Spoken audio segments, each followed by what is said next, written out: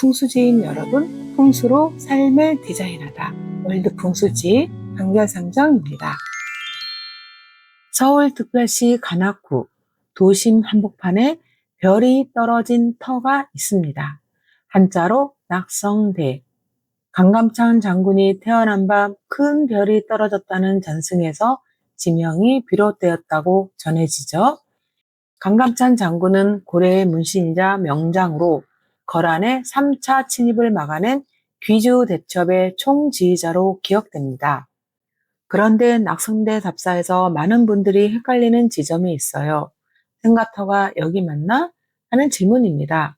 원래 이곳에는 강감찬 낙성대라 새긴 3층 서탑이 생가터를 알려주고 있었는데 1973년 낙성대 공원을 조성하면서 석탑을 안국사 경내로 옮겼고 원래 자리에는 1974년 유어비를 세워 여기가 생가터임을 표시했다고 전해집니다.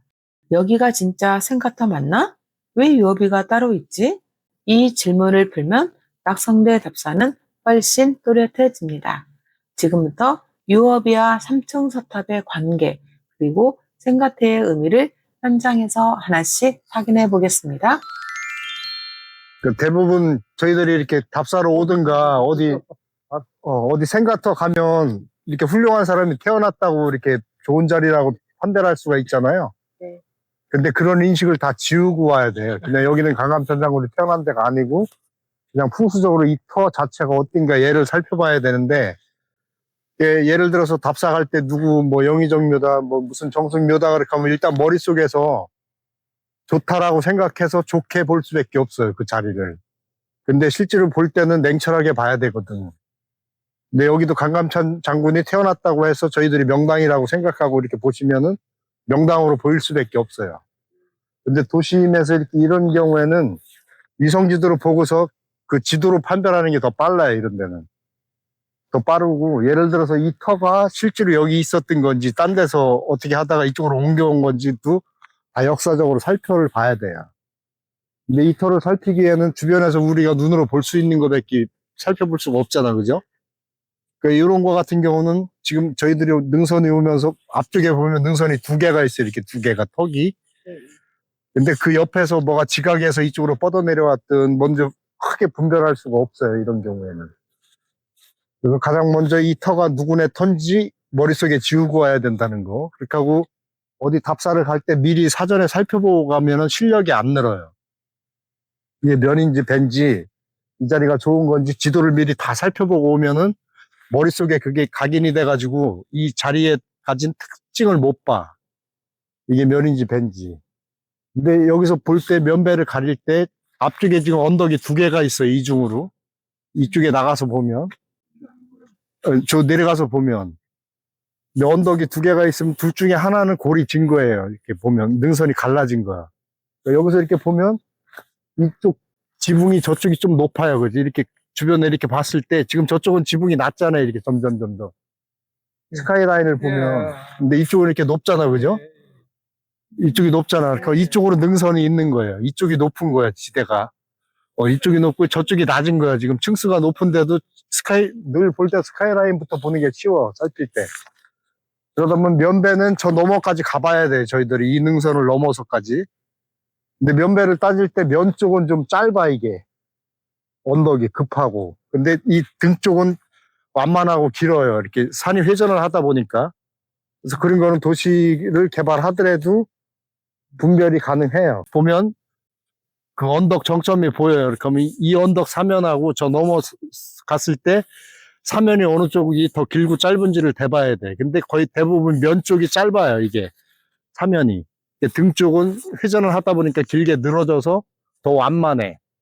그러니까 풍수 이론으로 볼 때 산 면배로 할 때 그 면에는 부드럽고 완만하다고 돼 있어요.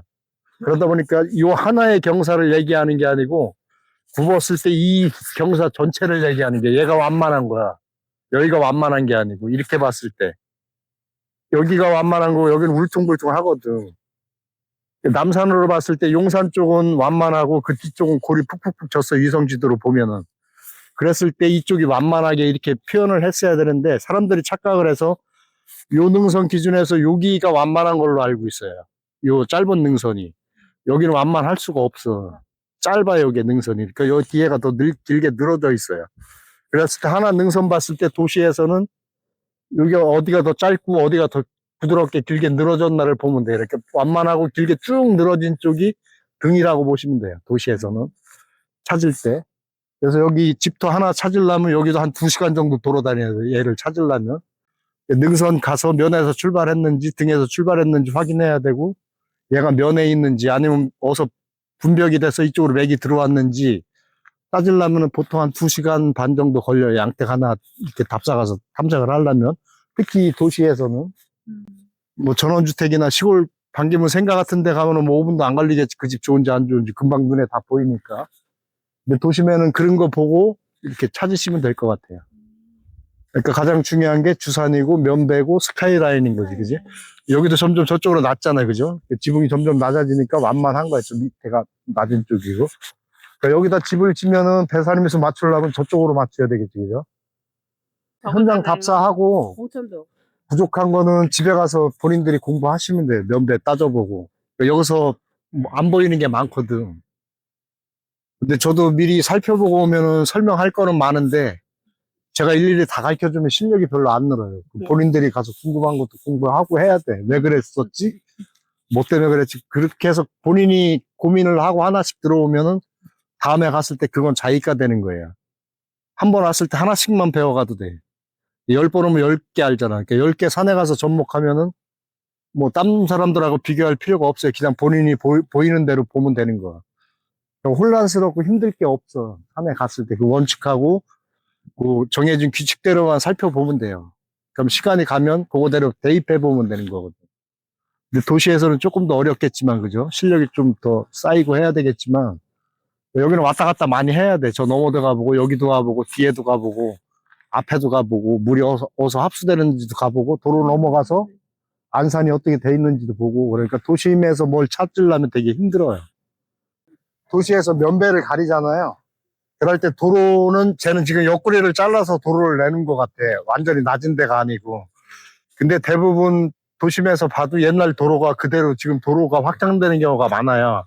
근데 만약에 저게 제 가장 낮다고 골짜기라고 치면은 저기 어떡인가? 저기가 제일 낮다라고 치면 이쪽 사면하고 저쪽 사면하고 하면 여기가 짧잖아, 언덕이. 급하고, 그죠? 얘는 좀 늘어지고 길잖아요. 그러면 제가 골짜기라고 쳤을 때 이쪽이 면이 되는 거예요. 이쪽 사면이. 이쪽은 좀 길잖아, 지금 저까지, 그죠? 네. 가장 낮은 데. 그러니까 이제 전체적으로 보면 지금 지붕도 저쪽으로 가다가 여기 어느 정도 가다가 저기부터 다시 높아져요. 저 하얀 지붕부터 다시 높아지잖아요, 그지? 지붕이 요 앞에 태양광 있는 지붕보다 저쪽 뒤에 지붕이 조금 더 올라가 있어요. 그러면 얘는 골짜기 끝이 아니라는 거지. 더 내려가야 골짜기가 있다는 거예요. 그러니까 가장 골짜기 낮은 데하고 이쪽 골짜기 가장 낮은 데하고 비교했을 때 짧은 쪽이 면이란 얘기지. 골짜기 사이에 산이 회전을 하다 보니까 우리나라는 70% 이상이 산악 지형이기 때문에 도심에서도 도시 개발을 해도 이걸 다까지는 못해요. 그러니까 위로 계속 가봐야 되지. 밑에가 평지다 싶으면 계속 위로 올라가서 면배를 가려야 돼. 여기까지 올라와서, 언덕까지 올라와서.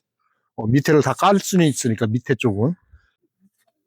그래서 여기도 보면, 여기 언덕이 있고, 여기도 언덕이 하나 있는 거예요. 이렇게. 지금 저기 저 차 앞에 하고, 저 종점이라고 쓴 글씨하고, 여기 언덕이 하나 내려가는, 줄기가 하나 내려가는 거예요, 일로. 저쪽으로 내려가고, 일로 또 하나 내려가는 거예요, 이쪽으로도. 생가토를 하나 들어가는 거지, 일로. 여기 뚝 떨어졌잖아, 그죠? 여기서 이렇게.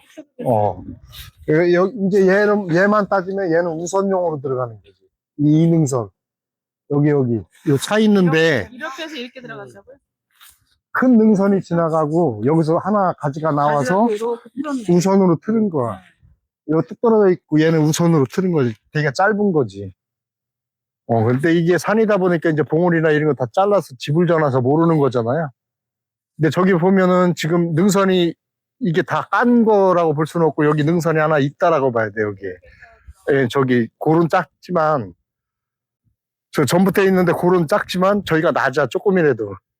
이렇게 보면. 그죠? 쏙 들어가 있잖아. 그럼 여기서 하나 갈라진 거. 이게 지룡이 하나 내려온 거야, 이쪽으로. 이쪽에 지각이나 지룡이나 하나 내려온 거 이렇게 쓰러졌다는 겁니다. 오늘은 낙성대에서 가장 중요한 기초 정리를 끝냈습니다. 낙성대는 별이 떨어진 터라는 유래를 품고 이곳이 강감찬 장군 생가터로 전해진다는 점, 그리고 현장에서 혼동되는 유허비와 3층 석탑의 위치 관계는 공원 조성 과정에서 석탑이 옮겨지고 원래 자리는 유허비로 표지되었다는 설명으로 정리할 수 있습니다. 다음 시간에는 안국사 편으로 이어가겠습니다. 강감찬 장군을 기리는 공간인 안국사를 기준으로 지향학 박사님 현장 해설처럼 주산, 사신사, 스카이라인을 있는 그대로 판독해보죠. 홍수진 여러분, 다음 답사에서 뵙겠습니다.